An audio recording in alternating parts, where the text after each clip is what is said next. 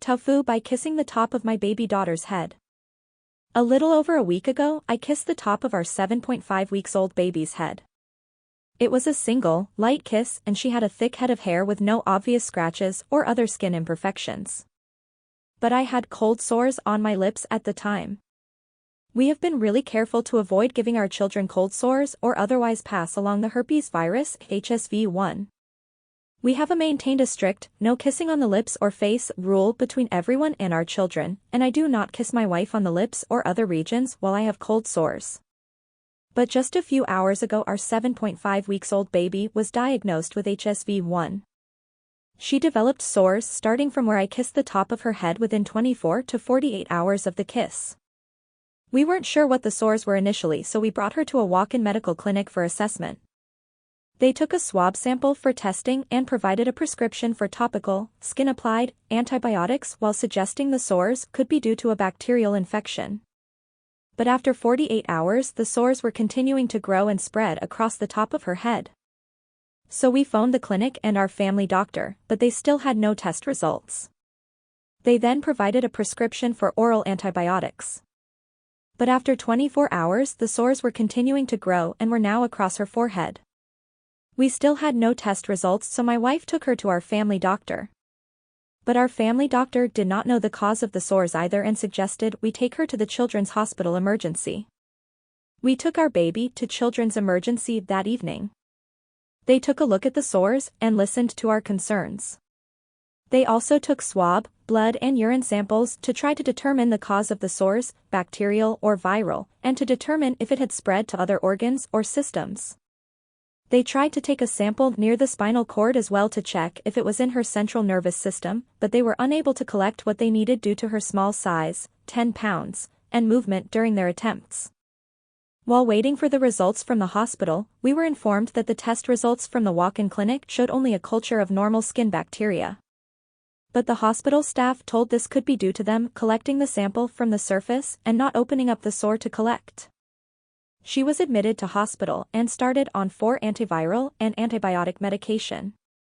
After spending 48 hours in the hospital, we were informed that she has contracted HSV-1 and that the sores may reoccur in the same region it started originally, top of head, or around the mouth. Different infectious disease doctors gave varying options on where the sores may appear in the future. They told us that she will need at least a week of 4 antiviral as she is too young to take oral antiviral. My mom was infected with HSV-1 when she was in grade 6, likely from her dad, and was hospitalized for a month. Apparently, they thought at the time that she would die from it due to the severity of the response. And my older brother and I both were infected with HSV-1 around that same age or younger from our mom, but we have had only recurring cold sores with no other major symptoms. I seem to get cold sores almost exclusively when I have a lack of sleep and thus put stress on the body, leading to a compromised immune system. Now our little girl has them despite our best efforts, and it breaks my heart. We are concerned about it now being easier to spread to our other children, and the possibility of it spreading my wife's breasts, which would affect her ability to breastfeed. Especially concerning if we have more children in the future. And I have found cold sores to be a cause of physical, emotional and social discomfort in my own life, so I am very sorry to have passed it along to my daughter.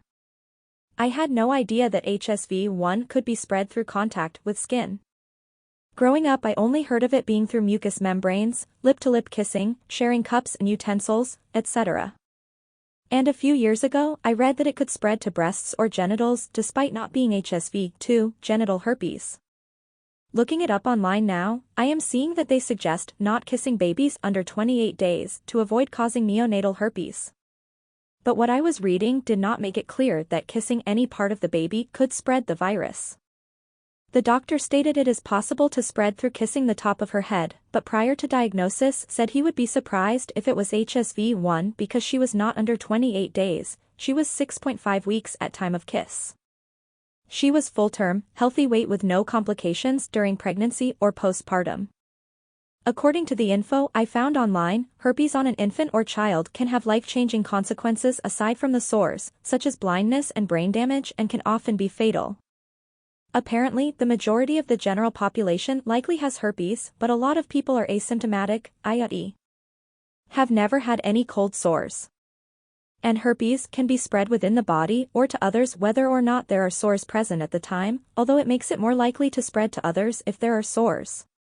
My wife informed of a case, there is at least one article online from 2008 regarding it, where herpes had spread to an infant and they were hospitalized.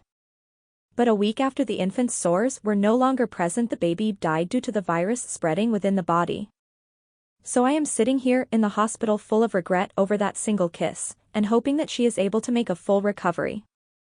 But I am glad that she did develop visible sores and that I suggested along the way that the sores could be due to herpes, because they were able to diagnose and treat the virus relatively early, which may have prevented it from spreading to other regions of the body.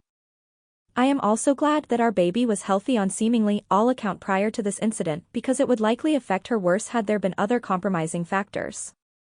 And I am hopeful that effective and safe therapeutic and preventative vaccines for the virus will be developed in the near future. I do not want to cause unnecessary or excessive fear among others, but I want to share my experience and raise awareness of the risk. I wish I knew what I do now a couple of weeks ago. I would take back that kiss in a heartbeat. TLDR, I gave my baby daughter a single kiss on the top of her head and now she has herpes AHSV1.